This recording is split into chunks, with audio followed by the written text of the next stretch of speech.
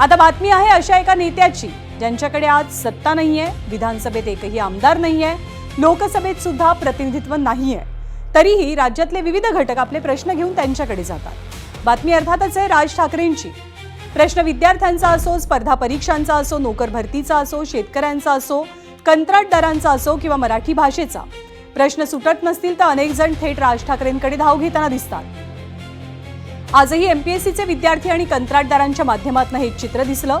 राज्यभरातल्या कंत्राटदारांची तब्बल 86,000 कोटी रुपयांची थकबाकी सरकारकडे प्रलंबित असल्याचा दावा कंत्राटदार संघटनांकडून केला जातोय।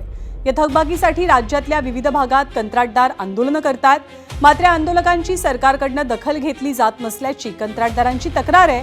हीच तक्रार घेऊन राज ठाकरेंच्या शिवतीर्थावरती सगळे कंत्राटदार पोहोचले।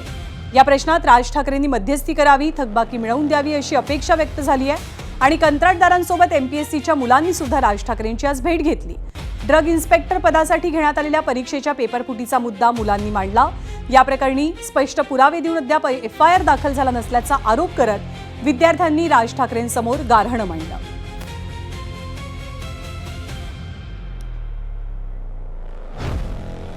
तर आज कंत्राटदार आणि एमपीएससीच्या विद्यार्थ्यांनी घेतलेल्या भेटीनंतर राज ठाकरेंच्या राजकीय इमेजची चर्चा नव्यानं रंगली आहे। गेल्या काही वर्षात राज ठाकरेंनी सत्तेबाहेर राहून एक वेगळी राजकीय भूमिका तयार केली आहे। प्रश्न ऐकणारा नेता, प्रश्नाला आवाज देणारा नेता आणि गरज पडली तर तोच प्रश्न थेट सत्तेच्या दारात नेऊन उभा करणारा नेता। त्यामुळे राज ठाकरेंची ही प्रॉब्लेम सॉल्व्हर इमेज म्हणजे केवळ राजकीय प्रतिमा आहे की सत्तेबाहेर राहून तयार झालेलं एक प्रकारचं प्रति राजकीय केंद्र, याचाच अर्थ समजून घेणार आहोत पुढच्या रिपोर्टमधनं।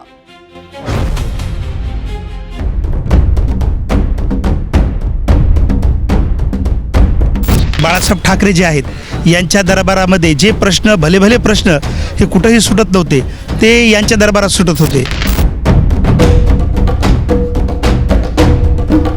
ज्याला कोणी नाही त्याला राजसाहेब आहे आणि राजसाहेबांचा विषय असा आहे की त्यांच्याकडे जो जातो त्याचं काम पूर्णच होतं। प्रॉब्लेम अनेक, सोल्युशन एक। राज ठाकरे।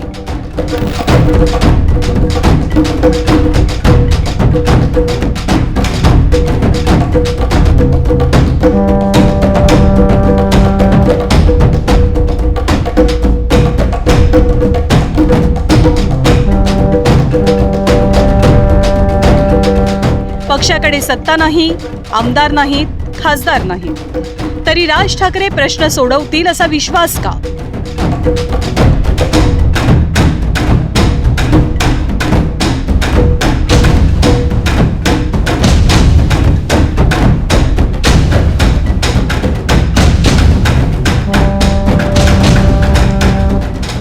सरकार महायुतीचं असो किंवा महाविकास आघाडीचं, विद्यार्थ्यांपासून शेतकऱ्यांपर्यंत, युवकांपासून कंत्राटदारांपर्यंत राज्यातले विविध घटक आपले प्रश्न घेऊन शिवतीर्थावरती पोहोचताना दिसतात।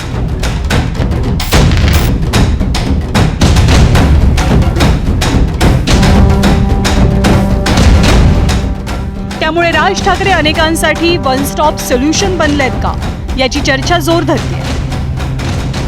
बाळासाहेब ठाकरे यांच्याकडे घटनाबाह्य सत्ता केंद्र म्हणून बघितलं जायचं, असं टीका पाहिजे त्यांच्यावर, परंतु त्यांच्याकडे अनेक प्रश्न घेऊन लोक जायचे। मग फिल्म इंडस्ट्रीमधले असतील, सरकारी खात्यातले लोक पण जायचे अनेकदा त्यांच्याकडे, ते प्रश्न सोडवायचे। राज ठाकरेंकडे तेच परंपरा आलेली दिसते आहे आणि लोकांना एक विश्वास वाटतो की आपले प्रश्नही सोडवतील, निदान योग्य ठिकाणी घेऊन जातील, हा विश्वास लोकांमध्ये अजूनही आहे आणि त्यामुळे लोक त्यांच्याकडे जातात। सत्तेची कवचकुंडलं नसतानाही एखाद्या नेत्याकडे लोकांनी आपल्या समस्या मांडण्यासाठी येणं हे राजकारणात रेअरेस्ट ऑफ रेअर मानलं जातं। त्यामुळे आज राज ठाकरेंची भेट घेतलेले एमपीएससीचे विद्यार्थी किंवा कंत्राटदार असो, त्यांच्याकडूनच राज ठाकरेंवरील विश्वासाचं समीकरण उलगडण्याचा प्रयत्न केला। राज ठाकरे साहेब हे महाराष्ट्रातलं सोल्युशन एकदम, म्हणजे ज्याला कोणी नाही त्याला राजसाहेब आहे आणि राजसाहेबांचा विषय असा आहे की त्यांच्याकडे जो जातो त्याचं काम पूर्णच होतं। ठीक आहे, आज त्यांच्याकडे आमदार नाही, खासदार नाही, साहेब त्यांचे पण दिवस येतील। बीजेपीचे पण दिवस वाईट होते साहेब, त्यांचा एकच खासदार होता, परंतु आज त्यांचे दिवस आलेत। तसे राजसाहेबांचे पण दिवस येतील, आणि त्यांचे काही दिवस थांबणार नाही. बाळासाहेब ठाकरे जे आहेत यांच्या दरबारामध्ये जे प्रश्न भले प्रश्न हे कुठंही सुटत नव्हते ते यांच्या दरबारात सुटत होते. आज तीच आशा विद्यार्थ्यांना आहे की राजसाहेबांकडे आपण गेल्याच्या नंतर राजसाहेबांचा जो बाणा आहे आणि जो अन्यायाविरुद्ध जी त्यांची लढण्याची धमक आहे आणि त्यांचा जो आवाज आहे महाराष्ट्रातला, त्या आवाजामुळं खास विद्यार्थी त्यांच्याकडे आलेले आहेत. आणि त्यांनी एकदा शब्द टाकल्याच्या नंतर मला वाटत नाही की आमच्यावर कोणी अन्याय करेल. प्रॉब्लेम सॉल्व्हर ही प्रतिमा नेहमीच प्रभावी राजकीय भांडवल मानली जाते. त्यामुळे राज यांच्या इमेजविषयी राजकीय प्रतिक्रिया सुद्धा इंटरेस्टिंग आहेत. राज ठाकरे हे राज्यातील फार मोठे नेते आहेत आणि शेवटी ठाकरे आहेत, त्यांच्याकडे लोक जाणारच. आता मराठी भाषिक माझ्याकडे येतात त्यामुळे कदाचित हे कंत्राटदार आणि बाकीचे लोक त्यांच्याकडे जात असतील. बाळासाहेबांवरती जो विश्वास होता तोच विश्वास जनता राजसाहेबांवरती दाखवते.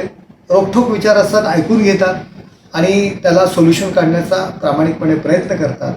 पण कुठलेही, जरी ते सत्तेत नसले, जरी त्यांचे आमदार नसले, जरी त्यांचे नगरसेवक नसले, तरीसुद्धा लोक विश्वासाने, तो बाळासाहेबांचा विश्वास आहे तो राजसाहेबांवरती ठेवतात आणि त्यांच्याकडे जातात. पण याच प्रॉब्लेम सॉल्व्हर इमेजमध्ये राज ठाकरेंच्या राजकारणाची खरी गंमत आणि अडचणी दडल्याचं जाणकारांना वाटतं.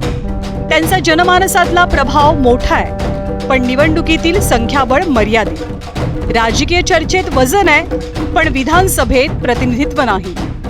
आणि म्हणूनच राज ठाकरेंसमोर सर्वात मोठं राजकीय आव्हान प्रॉब्लेम सॉल्व्हर पासून पॉलिटिकल अल्टरनेटिव्ह होण्याचं आहे.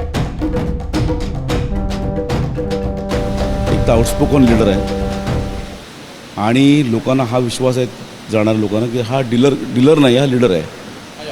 हा त्यातला महत्त्वाचा भाग आहे. त्यामुळे लोक त्याच्याकडे जातात विश्वासाने आणि ते त्यांना सांगतात आपले प्रश्न जे आहेत ते. आज त्याकडे सत्ता नाही, आमदार नाही, खासदार नाही, पण तरीही ते आपल्यापर्यंत पोहोचतात, त्यांच्यापर्यंत लोक. हाच त्यांच्या नेतृत्वाचा एक आपल्याला एक मोठा पैलू म्हणावा लागेल. आता ज्या नेत्याकडे प्रश्न घेऊन जाण्याचा विश्वास लोकांनी टिकवून ठेवलाय, तो नेता एक दिवस त्या विश्वासाला सत्तेचा पर्याय बनवू शकतो का? राज ठाकरेंच्या पुढच्या राजकीय प्रवासाचं खरं उत्तर याच प्रश्नात दडलंय. अजय मानेसह स्पेशल रिपोर्ट, ABP माझा, मुंबई. तर राजकारणात आवाज उठवणं वेगळं असतं आणि सत्तेत बसून तो आवाज कायद्यात, निर्णयात रूपांतरित करणं वेगळं असतं. प्रतिमा तयार करणं ही एक कला असते, पण तीच प्रतिमा मतांमध्ये, संख्याबळात रूपांतरित करणं ही त्याहून कठीण कसोटी असते. राज ठाकरेंनी लोकांपर्यंत पोहोचण्याची आणि त्यांचं दुःख समजून घेण्याची पहिली परीक्षा आता पास केली आहे. पण मतपेटीची, सत्तेची, संघटनात्मक ताकदीची दुसरी परीक्षा अजूनही बाकी आहे. थोडक्यात प्रश्न ऐकणारा नेता ते सत्ता चालवणारा नेता या दोघांमधलं अंतर मिटवणं हीच राज ठाकरेंसमोरची खरी परीक्षा मानली जाते. त्यामुळे शिवतीर्थ हे कायम एक तक्रार निवारण केंद्र राहणार की शिवतीर्थापासून सुरू झालेला हा प्रवास मंत्रालयापर्यंत पोहोचणार, या प्रश्नाच्या उत्तरातच राज ठाकरे यांच्या पुढच्या राजकीय प्रवासाचं भवितव्य दडलंय.